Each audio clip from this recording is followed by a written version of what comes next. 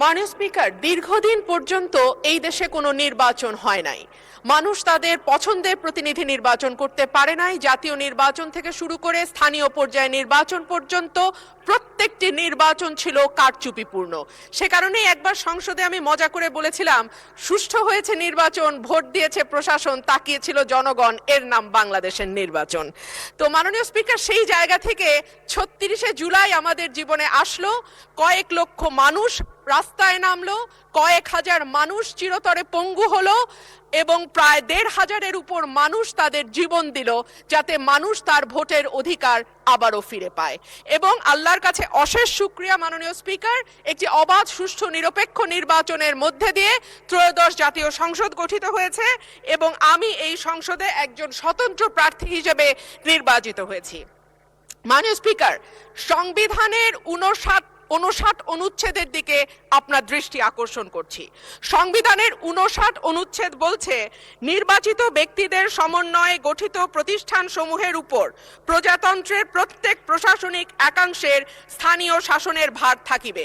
সোজা বাংলায় বলতে গেলে স্থানীয় সরকার পরিচালিত হবে নির্বাচিত প্রতিনিধিদের মাধ্যমে। কিন্তু আমরা বিস্ময়ের সঙ্গে এবং দুঃখ নিয়ে লক্ষ্য করলাম, একটি নির্বাচিত সরকার ক্ষমতায় আসবার পরপরই স্থানীয় প্রশাসনগুলোতে প্রশাসক নিয়োগ করেছে।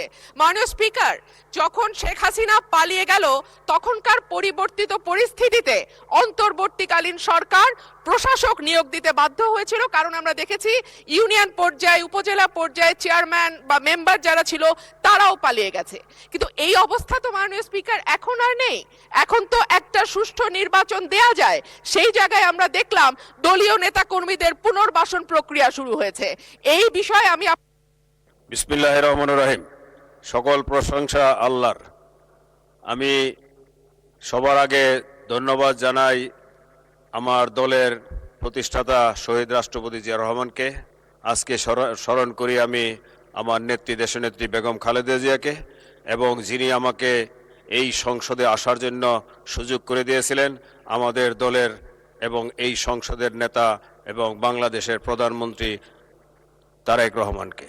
এবং আমি আরও ধন্যবাদ জানাই আমার মুন্সিগঞ্জ একের সর্বস্তরের জনগণকে, যারা আমাকে বিপুল ভোটের মাধ্যমে এই সংসদে আসার সুযোগ করে দিয়েছেন।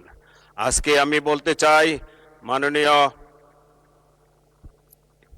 আপনার মাধ্যমে আমাদের মুন্সিগঞ্জ এক তথা আপনি জানেন ঢাকার পরে এবং ফরিদপুরের মাঝখানে মাওয়াত থেকে আসলেই, আপনি যেহেতু এইখান দিয়ে আসেন, আপনি জানেন এর পরের অংশটাই মুন্সিগঞ্জ এক। এখন মুন্সিগঞ্জ ডিস্ট্রিক্টে আমাদের একটি হসপিটাল হওয়ার সম্ভাবনা আছে। এই হসপিটালটা যদি মুন্সিগঞ্জ একের মাঝখানে হয় তাহলে কিন্তু মুন্সিগঞ্জ এক, মুন্সিগঞ্জ দুই এবং মুন্সিগঞ্জ তিন সবার জন্য উপকার হবে। এমনকি আপনার এই বরিশাল, খুলনা, ফরিদপুরের অঞ্চলেও এই উপকারটা আসবে। আর আমি বলতে চাই, আমার এলাকা মুন্সিগঞ্জ একে কোনো ইউনিভার্সিটি নেই।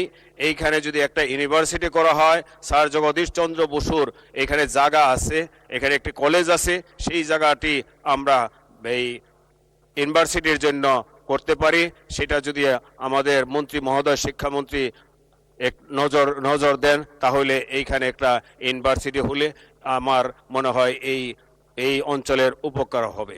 আশা করি আপনার মাধ্যমে আমি এই উত্তর পাবো। তাই